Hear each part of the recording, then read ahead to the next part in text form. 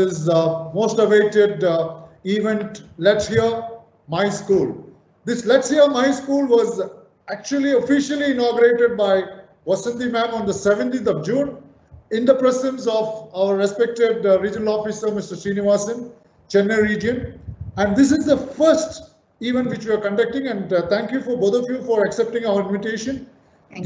Let's Hear My School. Let's Hear My School, right? So both of you are going to focus into your school. Now, in fact, what I generally do is, before I commence, I have Swamiji here, and he will do the lighting of the lamp, and then seek the blessings of Amma, our Chancellor, spiritual leader, Mata Amritanandamayi Devi ji. So over to you, Swamiji, to raise yourself and then proceed to the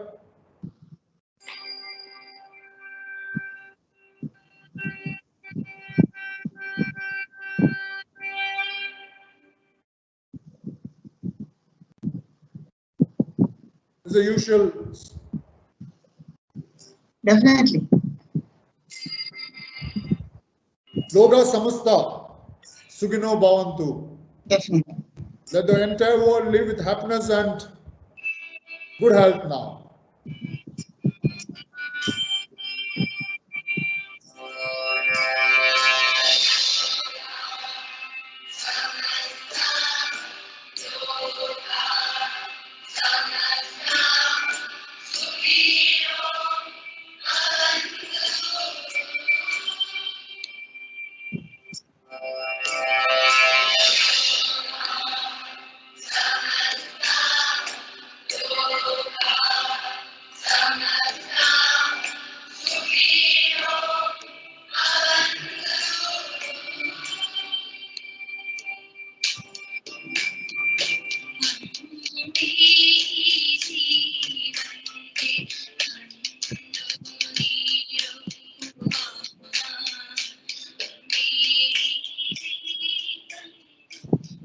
So, Swamiji, thank you so much for the blessing being showered on all of us. And as we all wish the entire world must be happy and healthy.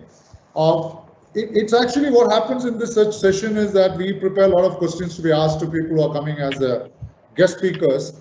But it's been very fortunate for the first time. Let me talk to both our panel speakers that we have received close to about 120 odd questions to both of you. Manila ma'am is smiling. Let's go ahead with the questions, like in the sense that quite interesting. This is the first time. I think we must compliment those teachers, those educators who are there present today. Thank you so much, ma'am. You have made my job easier. This time I've not created any question within myself, and we have one. My God, it is going in pages. Maybe we'll have to come for the next. Maybe we'll have to have one more session after this. Oh, it's true. Let me cover as many as possible instead of wasting my time talking. But before that, I want to ask both of you a few questions from my side. Otherwise, I don't moderate this event, professionally. So, Vasanthi ma'am, what made you trigger to become a teacher? Well, I mean, what really triggered? At what age, what class you thought you must become a teacher? Yeah. The truth is, to Manila ma'am after this. Yeah, the actual truth is I wanted to become a doctor and somehow couldn't make it. Then got into a bank appointment. At that time I was engaged. So my husband, who is my guru today, at about 42 years back, he told my father, no, I would rather have my wife serving students as a teacher. I don't want a bank job and all that. So he actually compelled me to become a teacher. Okay. And with his push, I would say, I entered the domain of teaching. Okay. And I have absolutely no regrets. I'm still Dr. Vasanthi Tyagarajan, not an MBBS doctor. Yeah, but still, of course. It has given me ample opportunity to doctor the minds of thousands and thousands of young children today. Absolutely. And I think that is a God-sent opportunity to be a teacher today. Absolutely no regrets about becoming a teacher. Absolutely. So that's how Over to you, Manila ma'am. What really triggered you? What age did you feel that? Or did you ever think that you must become a teacher? Yeah, I think you must be honest. You must be honest. Yes, I finished my graduation in 1988, yes. And after that, I think the credit goes to my parents for pushing me towards the teaching profession, because my father said, I think teaching profession is the best for girls. And those days we did not have many courses, or even if it was there, I think I was not at all aware of that. And I was born and brought up in a small village in Mangalore called Bajpe, which is famous for airport. But I had the desire to become an air hostess, but there was no support from anybody back home then. Then I was asked to do this, and then I accepted it. I did my B.Ed from Mangalore, and then now 30 years I'm in the field of education now. As Vasanthi ma'am said, no regrets at all. We learn every day. We are learners. We enjoy our work. Wonderful. Any regrets, Manila ma'am, for No, taking up the profession? not at all. Absolutely. And I remember you having informed me that you're also, on a research scholar. You're going to be a doctorate shortly, right? You're doing your PhD now. Shortly a doctor. Shortly, we could call you Dr. Manila, right? Okay. I think advance congratulations to you, ma'am, for that particular. And it's a must for educated. Now, to introduce both of them, I think I have known them for quite some time. I mean, Dr. Vasanthi ma'am, she is a correspondent and senior principal at Shishya School in Hosur, right? And Manila ma'am is the principal of Delhi Public School, Bangalore East. And she's also taken up the additional responsibility of being a chairperson for the Bangalore Sahodaya. And when I say Bangalore Sahodaya, it's not just a small number of schools. If my memory is right, it should be about 320, 330 schools in Bangalore city, ma'am. Right, 400. Oh wow! When I first met you, it was around 330, 340, because my memory doesn't go wrong. But after that, maybe you'd added many more schools into your. Now, this is the introduction I can give you. But then, Dr. Vasanthi ma'am, one or two achievements which you had. You had a lot of things on your feather on your cap. So you could say, among all your awards and rewards which you have achieved so far, which you consider the best, other than Amrita Vishwavidyapeetham, we had also given you a honor 3-4 months. Other than that, which is the best honor you have got so far in your career? Yes, sir. All are equally good. All are equally good. All are equally good is not good where best is expected. Yes, the award from the government, all that equally prestigious. But to me, the Fulbright Distinguished Award in Teaching, which is actually not an award, it is a scholarship to provide 4 months of action-based research in the United States. It's a highly competitive area of being selected. So in India, only 4 of us were selected in that year, 2011. And I was fortunate to be one of them. Very stringent kind of selection procedure at Delhi by the US embassy, and a lot of education is almost 20 people will sit on your panel. And to be selected for that honor, most importantly, I think the kind of opportunities I gained when I went to the University of Maryland. We were posted at College Park for 4 months, and the total care of our complete stay in the United States was taken care of by the Department of State when Hillary Clinton was heading Department of State for the United States. And we were given top priority everywhere. We went as Fulbright scholars. I could walk into primary schools, nursery schools, Montessori schools, middle schools, gifted student schools, blue ribbon schools, you name it, I had to ask for it. I was allowed to attend prestigious conferences which were very, very costly, but totally sponsored by the Fulbright Commission. And I want to use this opportunity actually to request viewers who are here to kindly apply whenever they come across scholarships from the USIE, United States India Education Fund. They should apply. Excellent. You have one for teachers called Teacher Excellence Award, and you have one for principals and educators called the Fulbright Distinguished Award in Teaching. Truly worth it. 4 months and you come back a totally different person with different perspectives. To me, I think that was the biggest honor ever, because I brought back learning which I'm using till today. So that, according to me, it's not just I win. I think your character, your personality is that you're sharing all this with the teachers, and most of the teachers, they're not aware of it, that they can apply and they can get this scholarship. I think there's this lovely information. Most of the teachers would take it as a first from Vasanthi ma'am, and I'm sure they would have taken your name, and I'll have to give the telephone numbers to them, which I'll not do unless you permit me to do so. Yeah. No, two things. I mean, there is something very common in both of you. What is the commonality? It's not a question to you. I find both of you, Vasanthi ma'am as well as Manila ma'am, one common thing which I would like to say to all my teachers who are now looking at all 4 of us, you've got both of you have got beautiful smile 24/7. Nice. I know the job of a principal. My Not sister easy. is also a principal. 24/7. I mean, both of you, see, look at that. Even Manila ma'am, the smile, whether you are under tension, pressure, lot of problems going above, in between your head, but the smile is always 24/7. I think I must congratulate you. I must compliment you for this lovely smile, and let this smile be there permanently in you, ma'am. Congratulations to that. I inaugurate this session with the first question from our Swamiji to both of you, and then take on to these questions. Sure. Swamiji, I would like you to inaugurate this session with your, it's a 1 million, 1 trillion, I don't know what is the question you're going to ask them, but it's a million, billion, trillion or quarter trillion. Is it a million question, Swamiji? No. So the thing is, Krish he just stealed my question. Oh, did I steal? I'll continue where he stopped. See, I was discussing with Manila ma'am just before this session about how you manage the current situation. So what he said is absolutely correct, 100% correct. And to be honest and frank, we never discussed what we will ask. So I was about to ask you. You both have very positive, smiling faces, and that is what it is needed in this situation more than technology.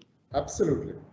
See, we have technology for everything now, but that is what is not needed at this stage, because people are finding it very difficult to cope up with the situation, managing their own personal life and professional life.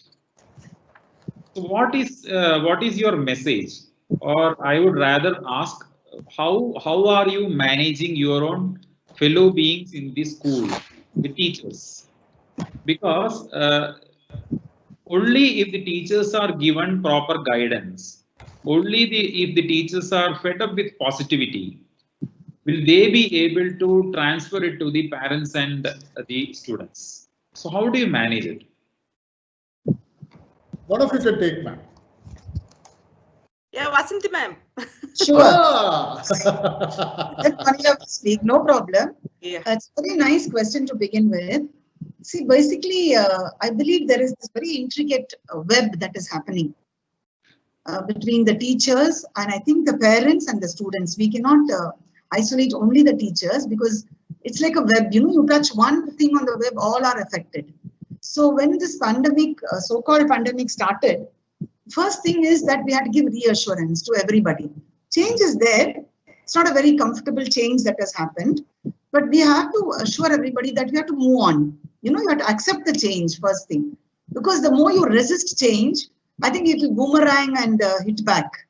So instead of that negative approach, I think anytime there is a change, not now, I think change management is going to last forever. So if this is an example of how to manage change, I think most of our teachers, students and parents are going to be ready for any kind of change in the future. That's first.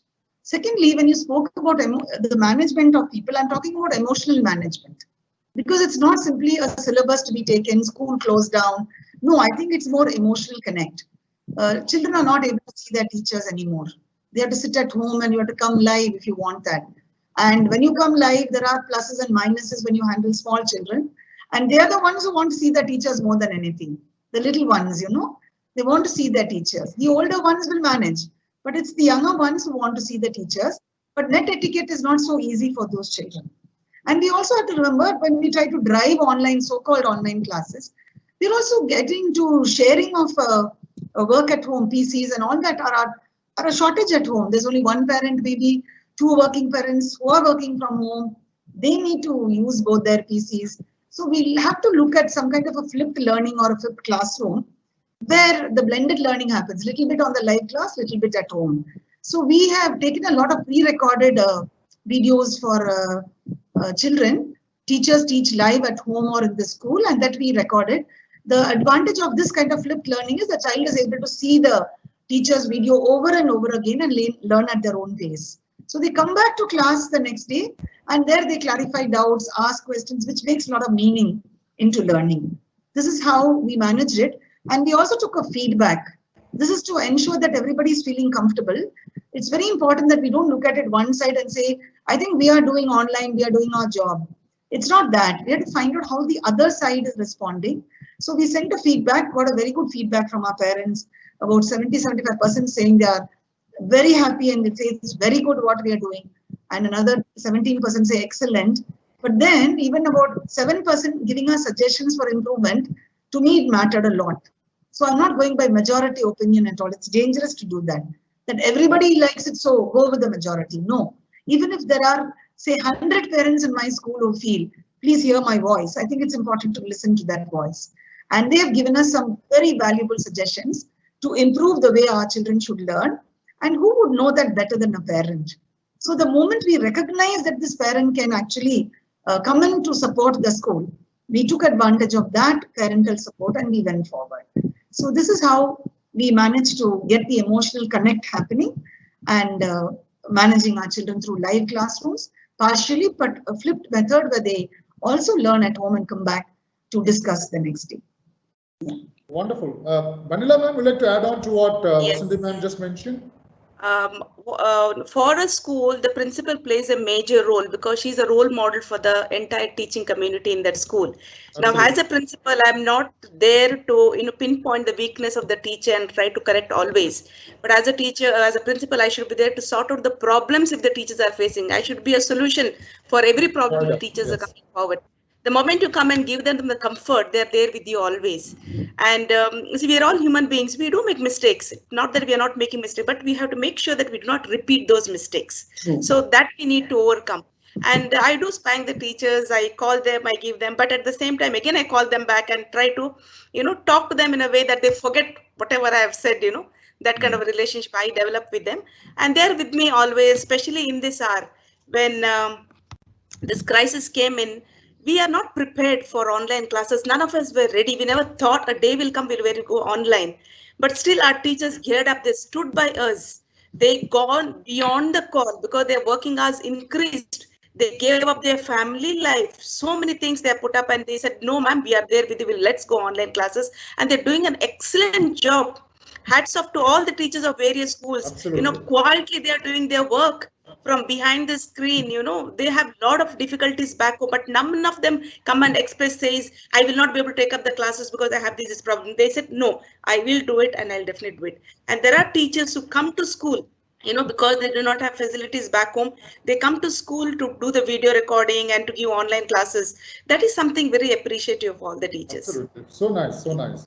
So let's hear my school. We are going to start. Swamiji, may I start with your blessings? Sure, sure. I would like to go on to the first question. It's almost what Vasanthi ma'am has just answered. It's been asked by Neeraja V. I'm not mentioning the school name. Balancing emotional and academic status of the child and the parent. The question is balancing emotional and academic status of the child and the parent. How do we go about doing that? Anyone can take. I think Vasanthi ma'am. I can talk, and Manila also will definitely add value to this question. Yeah. They're looking at, as I rightly pointed out, there's an emotional connect that is happening. And if we don't lose sight of that connect, it's very important that the parent as well as the student will also, like Manila pointed out, need to also know the kind of work that is going behind the scenes by the teacher. So one, we need students and parents to have empathy for that teacher who is working day and night. It's not just day now, it's night, because they have to prepare for the next day's class.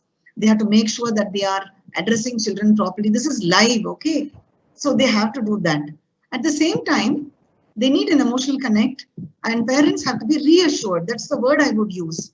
Constant assuring of parents. See, recently the 10th and the 12th exams were hanging and no decision was given. You can imagine the kind of tension that those students must have faced. But now the clarity has come. At least people have started moving forward. So I'm sure in the days to come, like this, a lot of clarity will come. Teachers today are actually crumbling down with the uncertainty in terms of the syllabus, because we are asking them to follow a particular, let us say, linear syllabus planned by the school. But then suddenly you see the number of working days comes down and they say that only so many topics are required. You never know whether what we did so far is actually valid for the end of the year examination. Or CBSE is just going to give us so many topics. So what has happened to the topics we taught so far? We went by the linear procedure of chapter 1, 2, 3 and so on, right? So this is one thing that is actually worrying my teachers a lot. And we are just keeping our fingers crossed. We don't know the reality. Some people say the academic year could be given a skip. We don't know about that either. But we have to take it as it comes. And as far as parents and teachers are students are concerned, I would really say when there are supportive management, supportive principals and teachers behind the scene, the parents and the students actually should be relaxing, no, not other way around. Because they have got everything ready. The school is planning so much for them. It is not just running online class. I visit all those classes throughout the day if I'm not doing CBSE training. I'm into all the live class sessions, sitting with my teachers, watching what they're doing, sometimes coming in and giving suggestions, then telling teachers what to do. So I think the teacher is this person we have to remember all the time, because when she prepares well and she delivers well, the child is getting the best of it. And I think now the online classes have come to stay. And as I said, we are moving into a phase of a flipped classroom model. Even after school opens, it's not going to be the same, Mr. Krishnan Kutty. It's not going to be the same. It's not going to be a face-to-face class from 9 to 4. No, that complexion has totally changed now. We'll have to look into building good skills in children when the school opens. And when the time is spent on building those good skills for children and PE, art, craft, collaborative work, all that stuff happening, probably the flipped classroom is going to be where children learn everything at home through pre-recorded videos by the teacher, come back to ask questions, clarify, and go into higher order thinking. I look at it that way. And I think parents need to relax, children need to relax. We are there to take care. Manila ma'am, thanks a lot, ma'am, Vasni ma'am, for a lovely briefing as on the question. This question is almost the same, but then this is by Maumita Rakshit. What specific steps should we take as a parent for kids' mental wellness? If I'm a parent, how do we take care of the mental wellness of our child? This is the question. Yes, I think I asked you, ma'am, is doing psychology is your subject, so I'm putting it to you. That is the topic for my thesis, mental wellness. Absolutely. I know. That is why I just. Now here, what do we do is for kindergarten to standard 5. Since we are banned with the online classes, teachers are doing something called circle time, where they reach out to the class every week. We are planning now, decided we already finished one round where we meet the class, different sections. And the teacher spends some time talking to each and every child, and she organizes some kind of a game there, or a rhyme or something, a storytelling or something to tell about themselves, some kind of interactive sessions we are having, so that there's a connect between the teacher and the student, because teachers have not seen the children have not seen the teacher. So this is how we are trying to build up the rapport. Another important aspect I want to mention here is now, especially when it comes to senior children, I think they need some kind of a space in their own homes. Because now the parents are there almost all the time in the house. Even when the senior children class are going on, they're getting behind them to see what they're doing, what they're discussing. I think that we need to avoid, because children are very open to discuss with the teachers, especially when the classes happen, example, psychology class, when it happens, they would like to discuss so many things that are, disturbing the society. Recently, the death of a celebrity, children were disturbed a lot. So that was a chance for them. Of course, they may discuss with the parent, but discussing with the parent is a different type. Discussing with the teacher who deals with that particular topic is a different thing. So when the teacher was discussing this topic with the children, some of them were not able to open up and speak properly. And they told the teacher, ma'am, my mother is sitting with me. My father is peeping and going now and then. So they are not open to speak and discuss with the teachers. I think when the classes are happening, parents should have trust with the teacher and the student and leave them alone, not interfere much. So children will have their own space to discuss. And that itself is, bringing in a lot of mental stability on children, because they are disturbed, a lot of anxiety in them. I think we must allow them to build that rapport with their respective teachers. Absolutely. I think well asked and well replied. We have Deepa ma'am asking a question, benefits of online classes. I would like to answer that, ma'am. There's no other choice. So this is the best choice available today, and the future also could be online classes. The next question I'm taking, Ampuli Aravind. Okay, she says, I would like to participate. Sujata Stephen has a question, and the question is, will primary level children will be able to follow the protocol of social distancing? And how can we as a teacher help them? Vasanthi ma'am could help us out in answering this question. How will these little children, help themselves to be away from each other? So how do we do that, ma'am? It's a good question. Short answer would appreciate. it's kind of a precursor to the reopening of schools at any date, because I think social distancing has more meaning when children come back to schools. And the reason probably why there is a delay in the reopening of schools is only because they are more worried about the primary and the lower classes. It's very difficult to control children at those levels. Probably this time when children are at home, it is also an opportunity for parents to help children practice social distancing. And parents shouldn't take this very lightly. So they shouldn't be taking children out and into malls or shops which are open for a partial period of time. And children should wear masks even if they step out of their, let's say, doors to even reach a gate, because once you cross your gate, you never know on the street what could happen.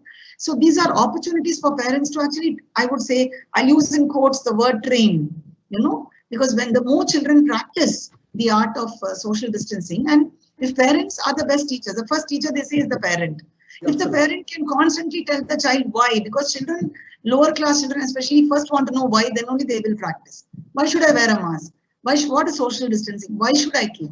So if these whys are answered properly by the parent, and with very patient explanation of the dangers of, you know, breaking the rule of social distancing, then the child will be definitely able to cooperate.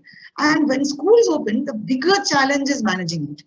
That's why I think there is a lot of hesitation about reopening right now, because you have 1,200, 5,000 children, whatever be your strength, all entering your school at one go on day one. It could be very overwhelming for a principal and the number of staff she has or he has to manage that group. It's not going to be easy.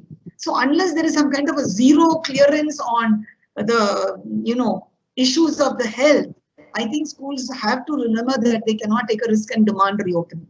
We shouldn't be pushing it too hard. Even if we do, I think the government is very clear. They know what to do. They know the dangers. Already you see the news every day, it's very alarming. The numbers going up. It's not coming down at all. So at this rate, I think we shouldn't be rushing into opening. So social distancing actually would happen when schools open. We'll have to gear up for that, set up school in such a way that, you know, the safety of health thereafter should be taken into consideration. Washing hands, all that. Doesn't matter if the COVID thing has been wiped out. But for the future, preventive action should be hygiene, #1 spot in the school. Everyone. Yeah, thank you so much. There is one question from Vandana Dahel. I'm sure Manila ma'am would be able to say when the school reopens, whatever maybe 6 months, 1 year, or whatever it is. How safe is it to send the children to school, ma'am? How safe it is? See, as a school, we have taken a lot of precautionary measures, but we did conduct a survey with the parents, and 94% of the parents said only when the vaccine is found, we'll be able to send the children, because all of us are scared, because children are very precious to us. It is not only for the parents, for the school, for the society, children are precious. So we have to take care of them.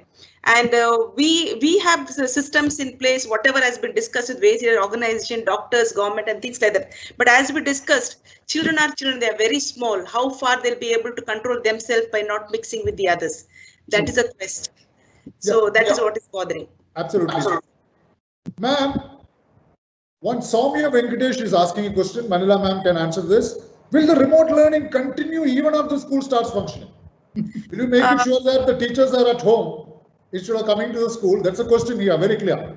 That remote learning continues even after school is open. Even after the school reopens. Yeah, because because that is what is going to go ahead. Children are born in this technology era and they will love it. So we can always give more additional learning for these children and create that interest. Once in a way, we can definitely have, there is no harm in that, especially when we have, strikes going on, or if there is, some festival celebration, maybe on that day they speak about that, national festivals are happening. So we can have certain, remote learning happening even at that time, because we cannot close, because children are all used to it. We have gadgets at home. We have systems in place now. Teachers know how to go about. There is no harm in providing the things what are required for the current generation. Oh, lovely. Ma'am, Vasanthi ma'am, this question is for you, in the sense this has been asked by Vanaja Sambrani. She's saying, she's asking us, what are the other assessment tools that can be adopted post-pandemic? So you may be using some tools now. Post-pandemic, what are the assessment tools one could use? This is asked by Vanaja. Could you answer this for Vanaja? Yes, actually, when we talk about post-pandemic, we are obviously talking about face-to-face classrooms. I assume That is what this person is trying to imply. Yes. Post-pandemic would mean face-to-face classes. So one is that the existing system of assessments will definitely continue.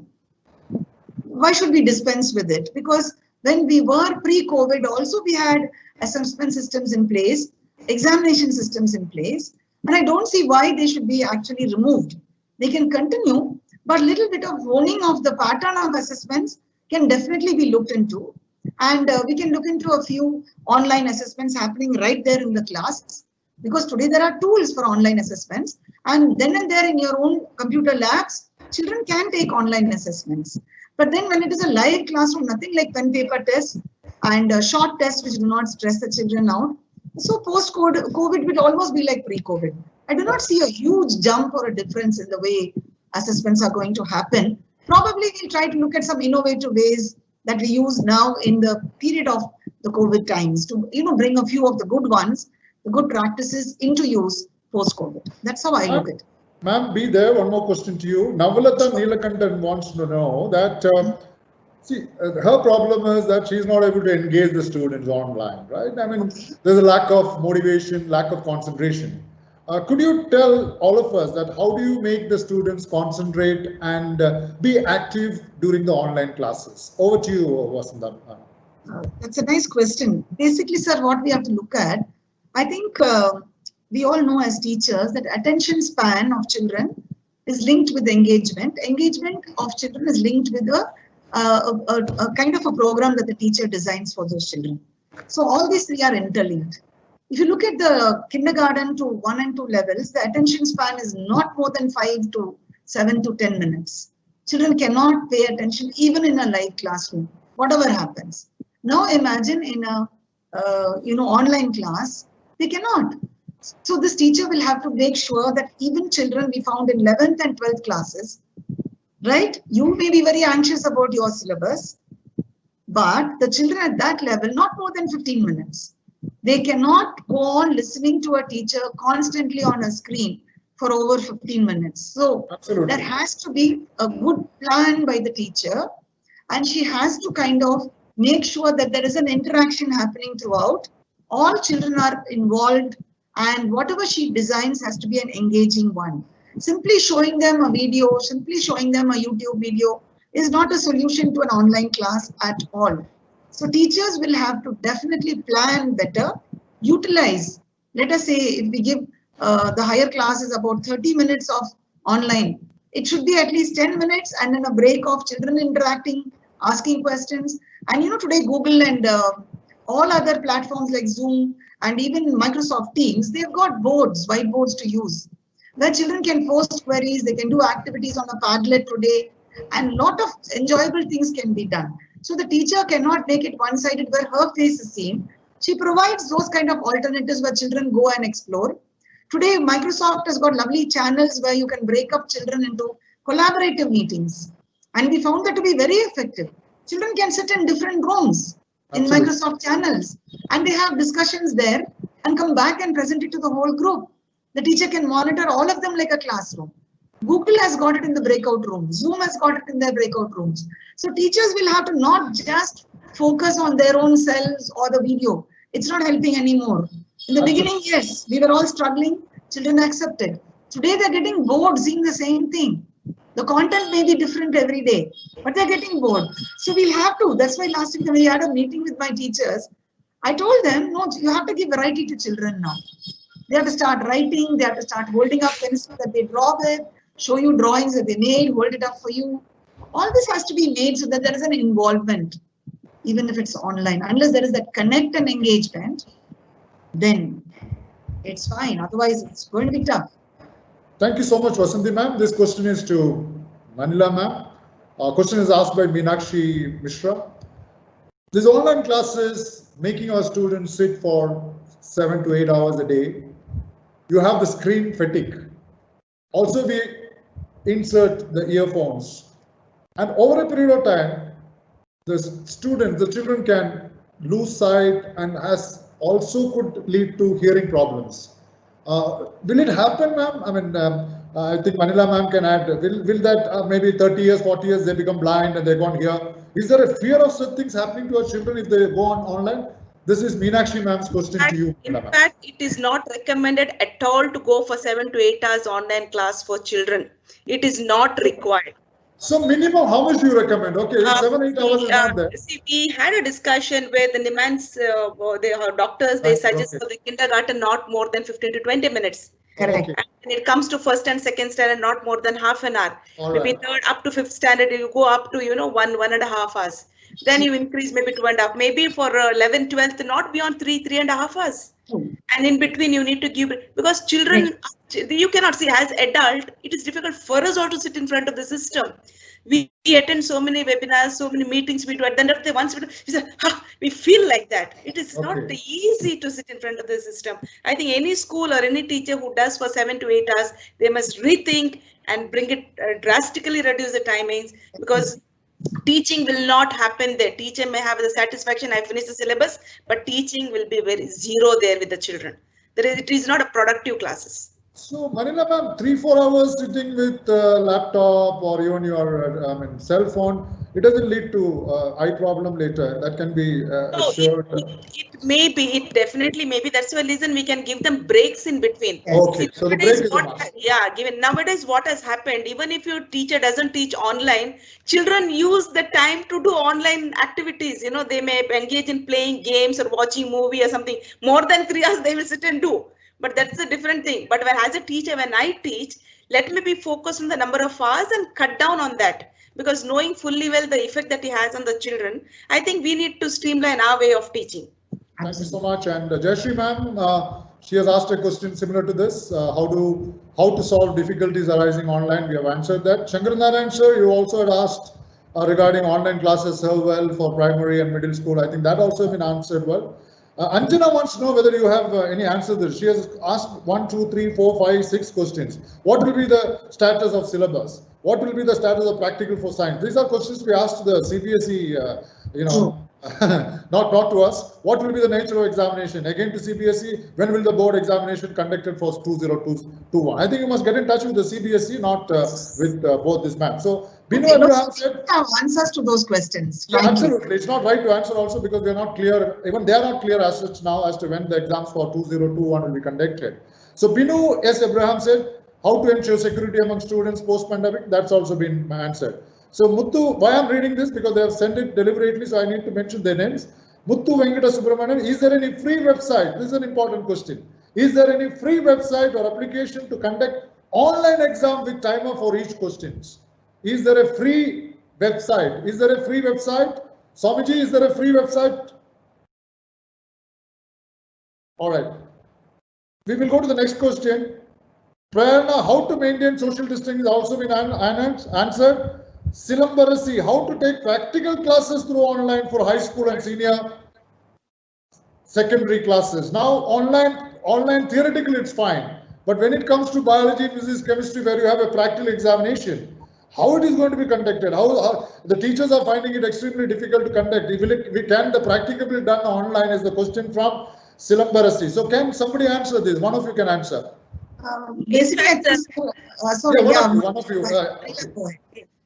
In fact, yesterday I was listening to Mr. Anurag Tripathi from CBSE, and he did mention about O labs, digital labs, and simulation labs.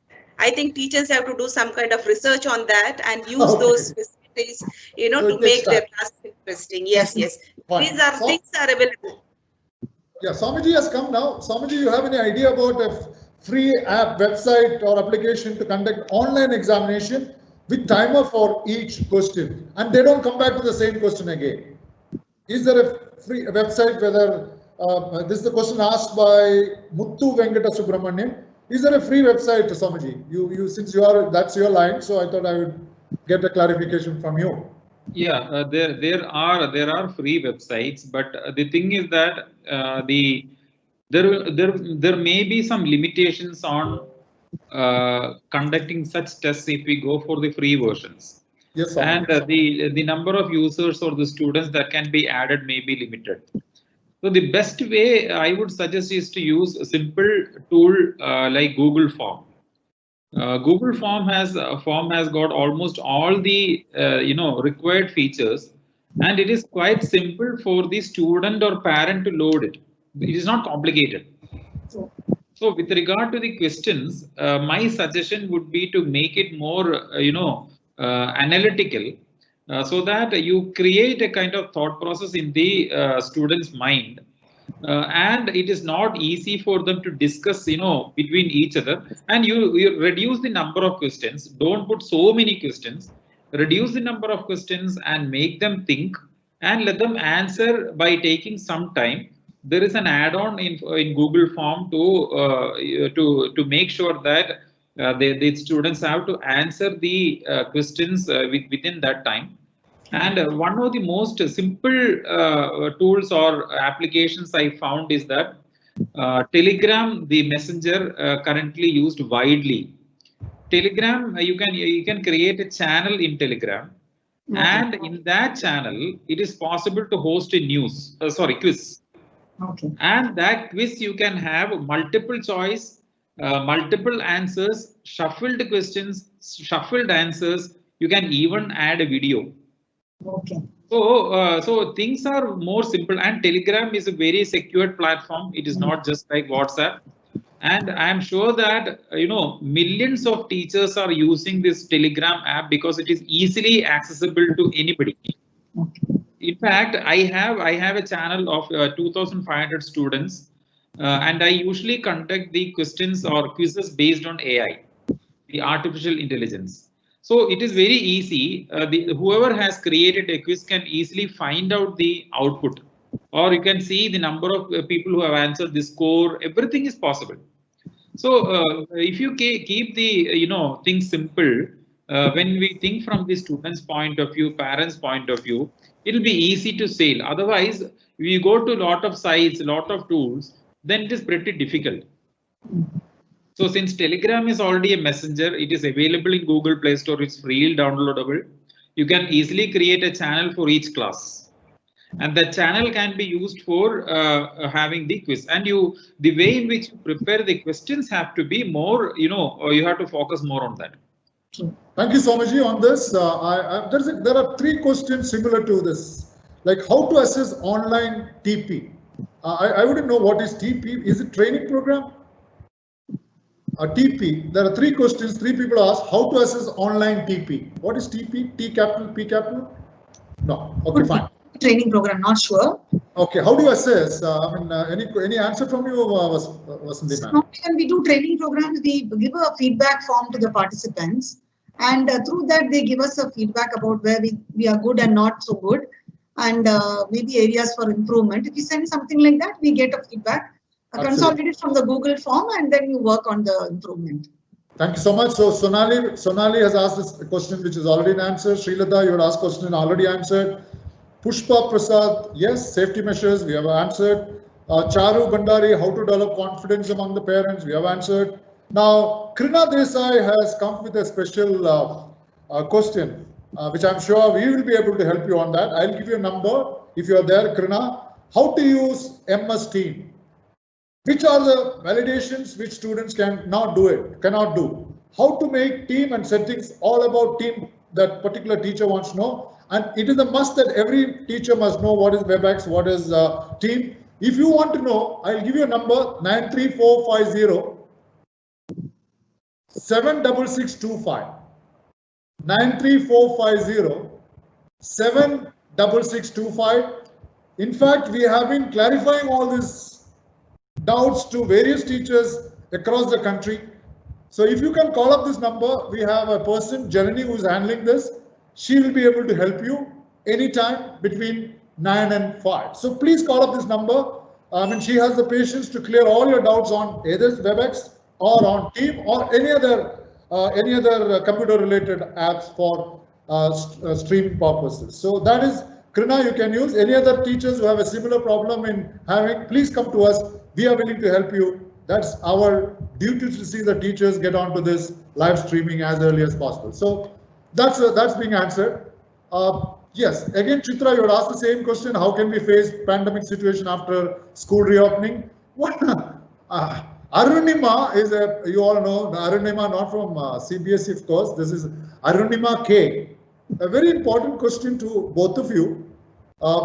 She just mentioned teacher's salary and a question mark. Now, what is she asking? Are you going to pay us or are you not going to pay us? Are you going to pay us 50%, 75%? It is just like that. Teacher's salary. So I know both of you don't want to answer this. Yes, No, I think we should answer that question. I think Manila ma'am took call. Still answer. No, It is natural for any teacher, that's an anxiety level, because June is the month where they always used to get the increment and get the new salary and all. For anybody, it is natural. Actually, she didn't ask anything about increment, ma'am. Only salary. Now teachers also know very well, because in every media, everywhere, parents are talking about payment of fees. Now teacher salary goes from the parent fee payment. Only if the parents do the fee payment, then only the teacher salary goes to them. So every individual schools are looking into that, and according to the capacity, they're working on that. I think the teachers also must understand the situation is such. It is not that the school management, the principal against giving that salary, but school has to see what is the best possible way and how much they can contribute. Absolutely. I think it's almost like what Manila said. Actually, right from April, our management took a call on it, and we decided whether fees comes in or not, we will pay full salary to the teachers. But then this differs from school to school, as Manila said. There could be, and I'm really fortunate that my parents are paying up full fees for me. I'm just keeping my fingers crossed, because my term 1 fee fully came in with total support of all my parents. And therefore, that is going to help me to pay further. And anyway, our management, we use 90% of our fee collection for teacher salary payments. Everybody knows that openly in my school. And because of that, the management doesn't retain anything at all.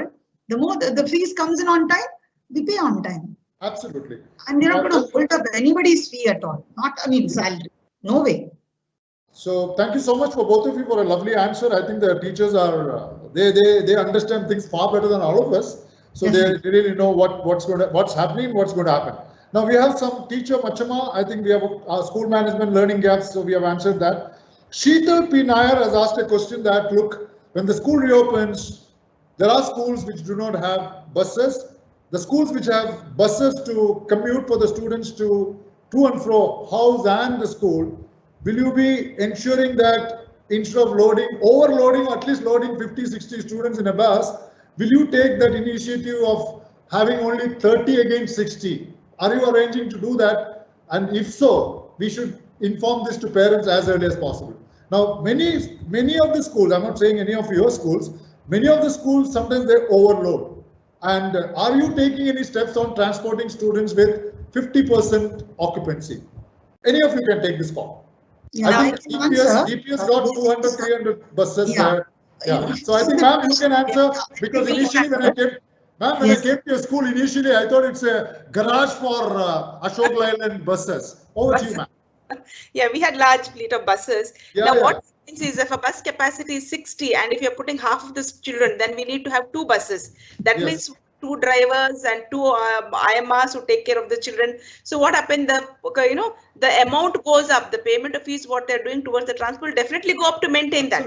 Because the schools, many of the schools, they do not possess those buses. It's on a contractual. So the moment you ask for more buses, the contractor will definitely charge for this. So now the schools are not collected the money for the transportation, as far as I know. But as and when, if the parents want the school transport and if they want the limited number of students, I think this will fall in place where they may have to shell out more to make it convenient to come to school. Right. Thank you so much. And I'm just running few names. Jigna Pathak, use of Microsoft. I told you who to contact. Yeah.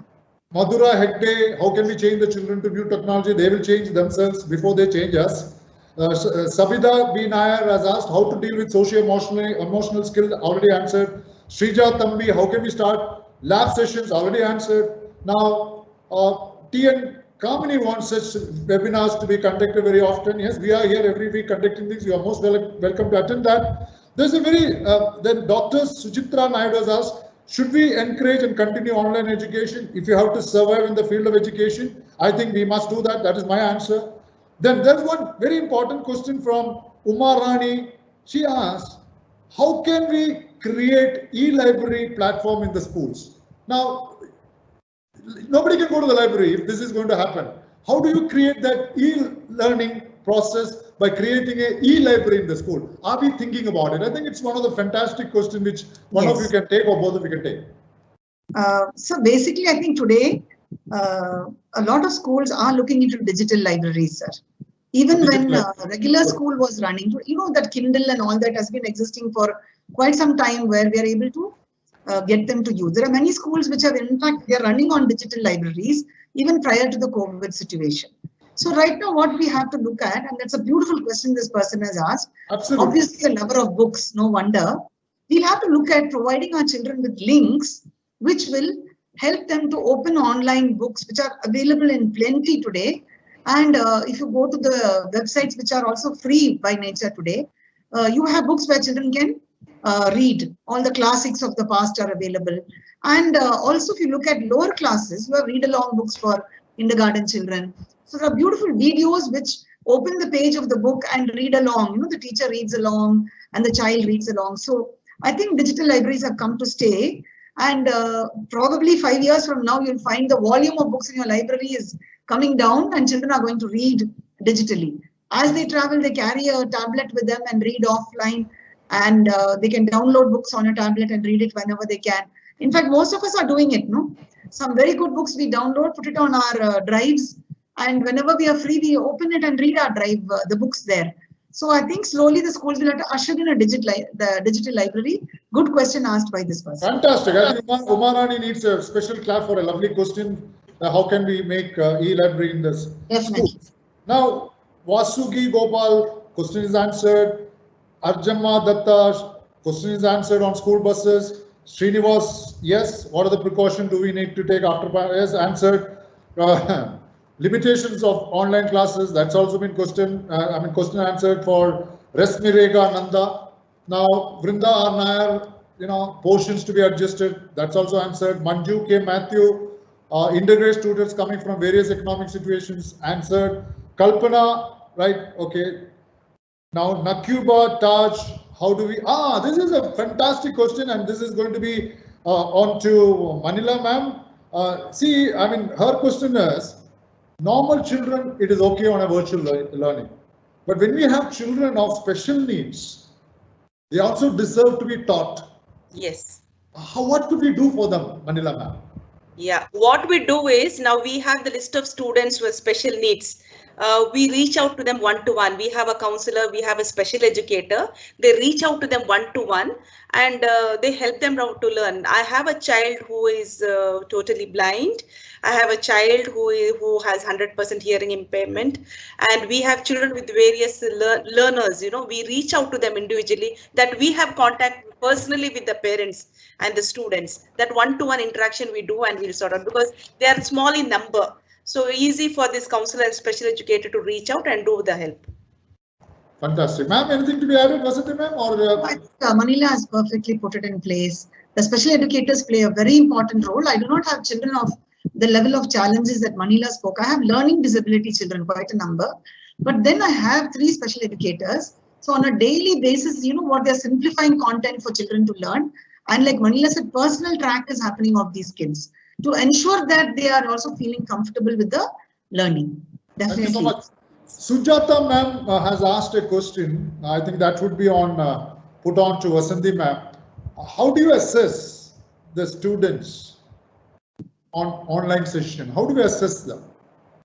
Is there any particular way a software to be assessing? How do you assess them that they have really understood their particular topic? How do you assess them? Is there a tool to assess the students online? I think we did take it up earlier, and Sir Chaitanya ji also, Maheshwara Chaitanya ji. Okay, fine. Okay, done. So we use Google Forms, very simple. Time the Google Form. Okay. And Google Form gives you options of multiple choice, short answers, long answers. Just time it. You know the time required for that question paper, and that automatically at the time the paper will close. Obviously, the child cannot attempt the paper after that. Yes, Mrs. Indra Vijaykumar has asked a real lovely question here. She says that we are going through tough times because it's something a new experience, on live or remote teaching. We do make mistakes when we are teaching them. We are a bit nervous, right?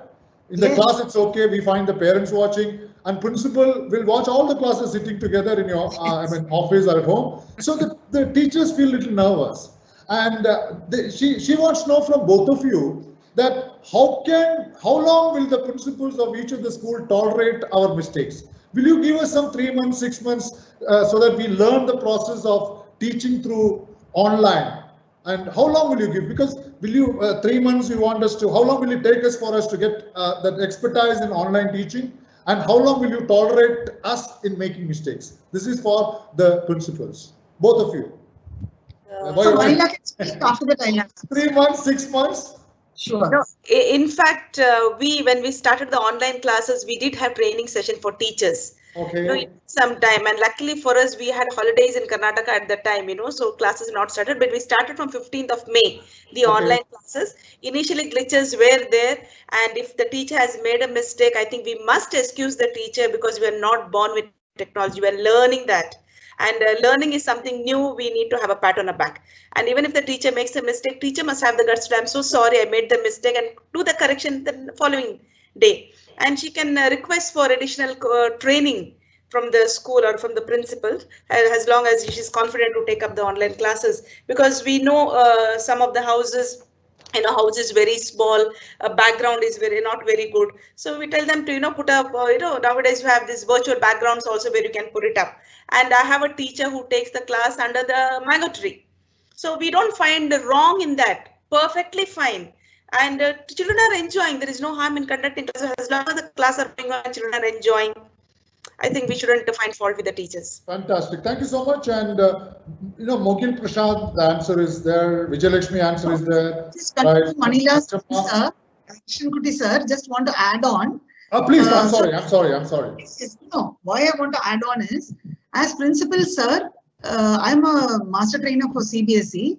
Yes. When this online training started, we were all struggling toddlers, sir. So if we do not have that much of compassion and empathy for the teachers, then nothing will work. Teachers, we have to look at mistakes from two major angles. Is it content-based error or is it a technical error on the computer? So our school, we are trying our best to provide technical support to teachers. And we tell them you can come to the old campus of mine where the rooms are all available. And a technical coordinator is there to support the teacher to do her online class if she wishes to, and she doesn't have a broadband at home. And the second thing is, if it's a competence on the subject area, we have coordinators and subject coordinators who handle the new teachers. And teachers post their plans to these people. It is cleared and then given to the teacher to give her more confidence before she begins her live class. And over and above everything else, yes, if an error happens, we say sorry. The question is which error? Is it technical or is it a subject-based competence error? Yeah. So subject-based competence, we have to be very careful as teachers, because what gets into a child's mind can last forever. Teachers must understand that, prepare well, get doubts cleared themselves. And they have time now to prepare for the next day. But when it comes to technical error, I think children are also very, very understanding. I've seen when I supervise online classes, children guide the teacher, ma'am, press that, ma'am, why don't you try this? Children support the teacher. And they're very, that way they tolerate the way we struggle with technology all the time, sir. Wonderful. So I think it's a beautiful relationship that we need to establish more than anything. Thank you. Manila ma'am, you mentioned about taking care of the children's safety after the post-pandemic and when the school reopens. Suniti ma'am wants to know, Suniti Mathur wants to know, what are the safety measures that you're going to take up for the staff? I mean, the staff also must be careful. So anything specific on the staff's safety after the school reopens, or it's only for the children? No, we are working, the admin staff is working in the school continuously since last 1.5 months now. And we are a large number of admin staff in school. And we have thermal testing in the morning as they arrive. Then we ensure that they have the Arogya Setu app also, to know the area, how safe it is. Plus we have sanitizers kept there. Then every main office, like we have the front office, principal's office, admin office, account office, every 1 hour it has been cleaned, sanitized. And any parents who are coming, we have the distance to be maintained. We have marked that area so they can maintain the distance. So all these things are in place. And we have every week training for the attenders, our admin staff, as well as support staff, by the doctor and the nurses, how to maintain. So this will help them later on when the school starts. So, and even the classrooms are being sanitized almost every day, because we have to maintain the furniture and the atmosphere, because we do not know when the school starts. So the moment they arrive, the things should be in place and safe. Vasanthi ma'am, I think the similar thing also will be going on with the sister Yes, schools. definitely, yes, sir. All right, wonderful. There's one question which Krishna Kumari ma'am asked, how to start school for tiny tots? Is it necessary now, if at all they start? Or tiny tots can be, you know, postponed for next year? I think that would be the right advice we could give it to them. I don't know about next year. Maybe when it's like 100% free from any kind of infection, children will come in. So if it means that only 3 months are left over for the academic year or something, maybe we'll have to repeat that one more academic year for the children to learn better. That we'll have to see after the government clears. Smaller children last priority to come into the school, sir. No way they should be forced to come in. Not at all. Ma'am, yeah, thank you so much. Vasanthi ma'am, since you have been handling classes for the Kerala schools also, right? CBSE schools, you've been training them. There's one of the principals in the name of Narayani Kuti. Okay. She has asked a question. Will there be a change in the conventional education system in Kerala? It's particular to Kerala. Will there be a change in the conventional, you know, education system in Kerala? What is your thought about it, ma'am? So right now, actually, the way I have seen when I visited Kerala a number of times for training, yes. They were not on a very conventional mode. So they are as updated as any other state in the country. So this person need not really worry about it. But let us all as teachers remember one common factor. The way we have started online classes has come to stay, sir. And after school reopens, schools will not be the same as I said before. We'll have to go into a flipped kind of learning. Blended classrooms will come in and children will do a lot of learning in school and at home, sir. We have to get ready for that, including Kerala. There is no exception there. No. All right. So, lovely answer. Ma'am, what is the difference between design thinking and on-flip learning? I mean, one of you can take this. Design thinking and on-flip learning. This is asked by Dr. Shamsi Sukumaran. I mean, have you heard these words? Design thinking and on-flip? Design thinking, I just heard the word, to be very honest, only yesterday. And I enrolled into Harvard University for a free online course on design thinking. Okay, wonderful. So I think I'm not starting the course to even say what it is, but it is about the designing ways in which we think. I just went through the overview. But flipped classroom, I already explained. It is one of the methods of blended learning, sir. There are many ways of blended learning. The flipped classroom is one method where the flipping is happening of the learning. So the teacher will actually conduct her face-to-face classes here and she flips the actual textual learning at home. So children are given guidance and guidelines to learn at home. And you know what happens next day? There is no teaching happening in the school.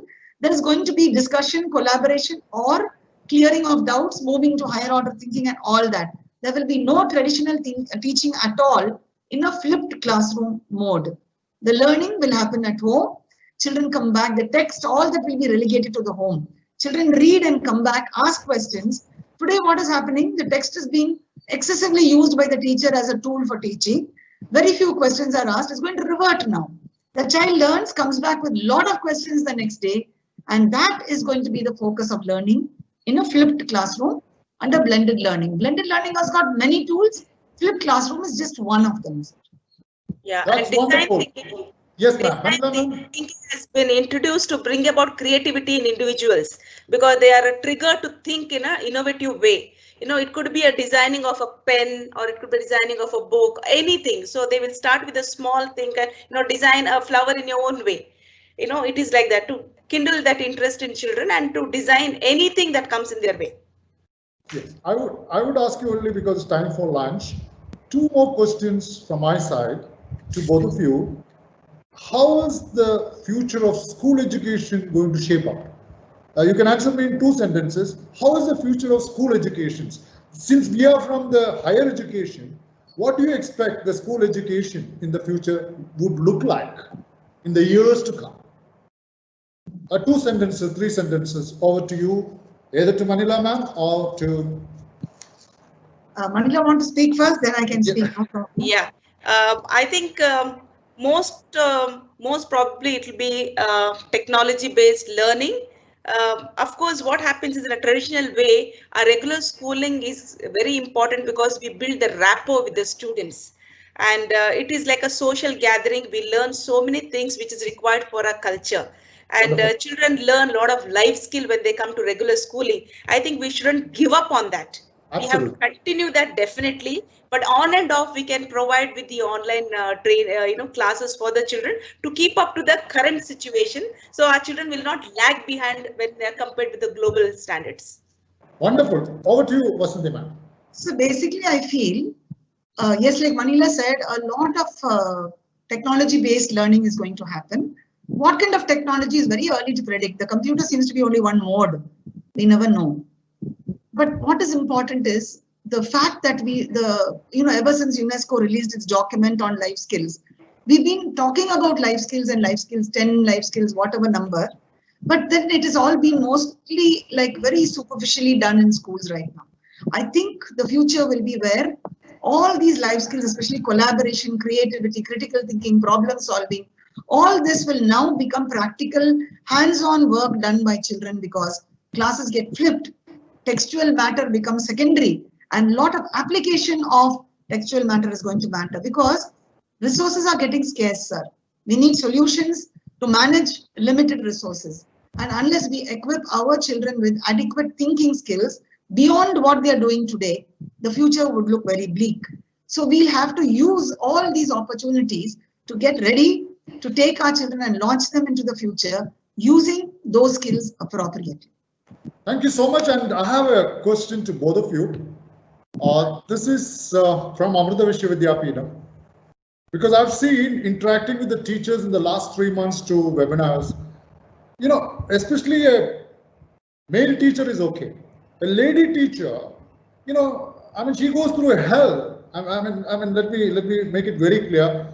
She goes through a hell from morning till evening, evening till next day morning. It is not like as you leave the house, it's over, you get back at 5 o'clock, you take back your, but when you are 24 hours at home, and she really struggles. I've seen even one of those classes of one of the teachers, the child cries there, she has to go sit, the son is asking, Mommy, give me water. So there is a lot of panic going around in the minds of our lady teachers. So Amrita Vishwa Vidyapeetham, looking at that panic, and we would like to identify those heartfelt teachers, maybe from Tamil Nadu and maybe from Karnataka, with the help of both of you. We want to recognize and reward them once the pandemic is over. We'd like to, reward those students who have gone, teachers who have gone through this hell or panic. Because, if you can select and let us know, here are 5 teachers from Tamil Nadu, here are 10 teachers from Karnataka. Amrita Vishwa Vidyapeetham would like to recognize them, appreciate them, even with all these hassles, all these hurdles and troubles what they went through on a streaming session with a student, but still she has done well. We would like to recognize them. I want both your opinions on this, and then we would like to close. So it's a wonderful idea, but personally, the idea of Swamiji, idea of selecting teachers, but my personal opinion on this is, I think every single teacher needs to be awarded and rewarded, even if it is only going to be a certificate. Because I'm planning after school opens that I'm going to actually award all my teachers with this. I don't know monetary awards because of the crunch, but definitely in front of all the children, maybe with all my parents, we'll have a meeting, and I want these teachers to come up on stage for the applause. And I think every teacher has to be recognized by the management. And I don't think we can single out anyone, sir, because every teacher has put in their effort. Maximum what we can do is give everyone a certificate of appreciation. Absolutely. And if Amrita can afford it, even a very small memento, a plaque, whatever you want, even that is not important. The certificate lasts forever. We are planning to do that anyways when we open. And it would be nice, instead of shortlisting, you have functions in every school where these teachers are being recognized. They deserve it, sir. That's my humble opinion. Well appreciated. I think Manila ma'am has just the opposite to say. I'm sure about it. No, I go with the Vasanthi ma'am. Every teacher has played a major role. I think each one of them deserve. Yes. Definitely. Please. Absolutely. So, okay, I take on to that, and every teacher needs to be appreciated, and appreciation to all those teachers who've been totally struggling from home to do this. It's a struggle. I mean, let me be very honest in this. It's very easy actually classroom management is very easy. Classroom plus home management together, it's quite tough for our teachers. But as you rightly said, ma'am, they're doing a wonderful job, and let's see that things happen better for us. Before we close, I would like Swamiji to conclude this session conclude this session with the blessings of Amma, who is the Chancellor of our university. So I need to wind up. Let's hear my school for the time being. Over to Swamiji for the blessings through Amma. So it is, I have very small message to convey. All the attendees here, all those who have attended this session, have to take these two principles as the role models. Today being Sunday, they have spent almost like 1 hour. Just 15 minutes. All the principals have much more responsibilities than the teachers have. So they have listened all the questions with patience. So which means that patience is something which you need at this point of time. Have shared their knowledge to the maximum possible in the way which they can explain. I think they were real teachers for the past 1 hour, teaching the teachers. So let me take this opportunity to humbly congratulate you both, ma'am. It is very kind of you. It was a very useful session, not only for us, but also for the entire teachers. We will be posting this video across the country to maximum teachers possible. So this is what we can do at this moment. Listening to you people and sharing the knowledge to solve the issue and coping up with the situation. So thanks a lot. Thanks from Amrita Vishwa Vidyapeetham. Thanks. Vasanthi ma'am, Manila ma'am, very sad to leave you. But I know, very sad to leave both of you. But what to do? What begins well have to end well. And it's time for the lunch. And there's a calling from the Madhya Pradesh. Yes. Thank the you. Madhya Pradesh is saying that let's Yes. wind it up, not only for us, for those teachers. And I think this was a wonderful show because I keep conducting the shows once in a while for the university. I think this is event which I would regard the best because the contribution from teachers has been marvelous. And my apologies for those teachers' name whom I couldn't bring it here, questions which I couldn't bring it here because of want of time. My apologies to you. But again, I think all four of us together, let's congratulate the teachers who have attended this session, who have shot many questions. And there are some questions which are really, I don't know, these questions have never come to neither our mind or your mind or my mind. I think I'm picking up about 4 or 5 questions and I'm going to reward those teachers from our side for the best 5 questions for this show. Let's hear my school. So this is Methil Krish signing off from Amrita Vishwa Vidyapeetham, headquartered at Etimere, Coimbatore. Till we meet again. Thank you. Thank you, Mr. Krish and Amrita Vishwa Vidyapeetham for giving us this chance. Thanks a lot. Thanks a lot. God bless all of us. Opportunity. Thanks to all the teachers who attended and asked wonderful questions. Great. Thanks to Maheshwara Chaitanya ji for being with us through. Thank you, Manila. It was wonderful to share a platform with you again today. Yes. Thank you, sir, for involving me again today. But I really enjoyed myself. But Yeah. one more thing, It's it's out not there. a caution. I'm not going to excuse you further. You'll come in many times. All the teachers, sir. Big thank you to the wonderful teachers who are sitting through the session with us. Thank you all the teachers who have been here with us through the show. Thank you, sir. Yes, Manila ma'am, yeah, over to you. I think all the teachers who are part of this session, I think they deserve a big round of applause from all 4 of us. So much. And you are the backbone of every school and every student. You are doing an excellent job. Keep up to that. Thank you. So fill up your stomach, go for a nap, enjoy the holiday Sunday. Thank you. Thank you so much. Thank you. Thank you. Thank you so much once again. Thank you. Bye, man. Thank you. Bye, Manila.